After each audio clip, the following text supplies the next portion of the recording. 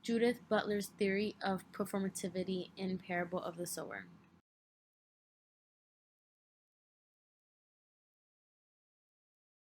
In Bodies That Matter, written by Judith Butler, the author depicts her viewpoints on how society forces certain genders to identify with what society deems okay for their gender. It can be seen how a society has hold on gender identification in the novel Parable of the Sower through the main character Lauren, who is constantly going against what her society feels is okay or normal for a woman. Parable of the Sower follows the life of Lauren Olomina, who is the daughter of a Baptist pastor and is diagnosed with hyperempathy, meaning she can feel anyone's emotions at a extreme level. Her father, Reverend Olomina, remarried her stepmother, and together her father and her stepmother had 4 sons. Despite Lauren being the daughter of a pastor, she doesn't believe in her family's religion and even goes on to create her own religion called Earthseed behind closed doors. They live in a neighborhood that is surrounded by walls to create a barrier protecting whoever is in the neighborhood. Eventually, citizens of the neighborhood become addicted to a drug called pyro, which causes them to set fires uncontrollably and destroy their neighborhood, killing many of Lauren's friends and her entire family. Being the sole survivor, Lauren becomes friends with 2 other survivors and eventually they begin a group. With her new group, Lauren opens up about the religion she created, and although her companions aren't enthusiastic about her creation, they are supportive. With her companion support, Lauren has a goal to create a community based off of the Earth Seed religion, something that was not normalized in the society that she grew up with. Judith Butler states in Bodies That Matter that sex is subject to regulatory ideals, and she believes that gender is socially constructed by society, and it is performative in the sense that when identifying with a certain gender, each gender defines and is expected to maintain their identity according to societal standards. I believe Judith Butler's social justice purpose is to allow an individual to identify with the gender that they feel more connected to as opposed to what society is forcing onto them. In this sense, then, sex not only functions as a norm, but it's a part of a regulatory practice that produces the body it governs, that is, whose regulatory force is made clear as a kind of productive power, demarcate, circulate, differentiate the bodies it controls. In other words, sex is an ideal construct which is forcibly materialized through time. It is not a simple fact or a static condition of a body, but a process whereby regulatory norms materialize sex and achieve this materialization through a forcible reiteration of those norms. That this reiteration is necessary is a sign that materialization is never quite complete. The bodies never quite comply with the norms by which their materialization is impelled.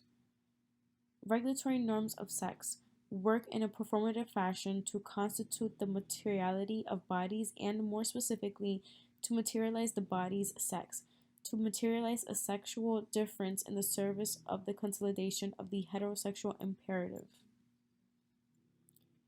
Butler explains that there is no way to understand gender as a cultural or social construct, but is imposed onto society through the body or the given sex.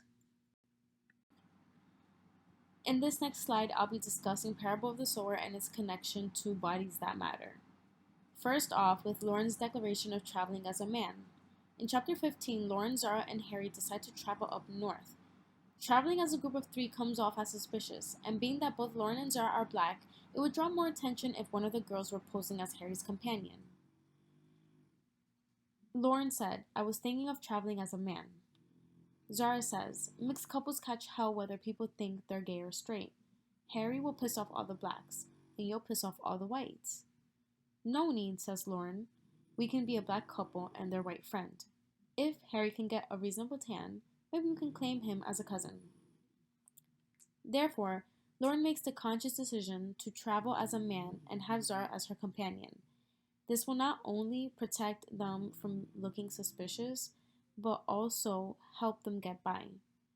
This also goes against the social construct that their society has built of women not being allowed to take the initiative when it comes to decision making.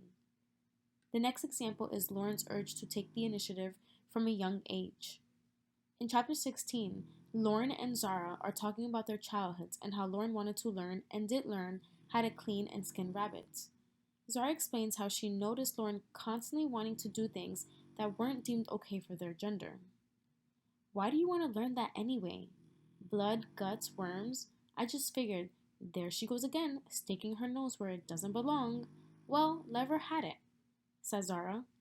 Lauren says, I wanted to know that I could do that. Handle a dead animal, skin it, butcher it, treat it to its hide to make leather. I wanted to know how to do it, and that I could do it without getting sick. Why? Asks Zara. Because I thought someday I might have to, and we might out here, says Lauren. From the time she was young, Lauren defied the social construct and was able to acknowledge when she needed to learn something for her safety, whether it was something for a woman to learn or something for a man to learn, and she never cared what people would think. The final example is Lauren's revelation of Earthseed and her initiative to create her own community. Eventually, Lauren reveals to her companions about Earthseed, which was a religion that she had created when she felt that her family's religion was no longer for her. None of her companions are hostile towards Earthseed. In fact, Banko, Lauren's boyfriend, even offers up his land on the northern coast for the entire group to settle and start their first Earthseed community. This was discussed during an intimate conversation between Lauren and Banko in regard to their future together. This world would be a better place if people lived according to Earthseed. But when I have a home base, I'll begin the first community. In fact, I have already begun it. Lauren said this in chapter 22. For a very long time, Lauren held a hesitance to tell people about her religion, but as she became more confident in herself, she was able to articulate herself and her religion in a way that no woman before her had ever done. Lauren continuously shows throughout the novel her defiance in what a woman is expected to do in her society, something that goes against what Bodies That Matter says by Judiath Butler, where society forces individuals to go by the standards of the gender that they deem fit. Butler's theory in society.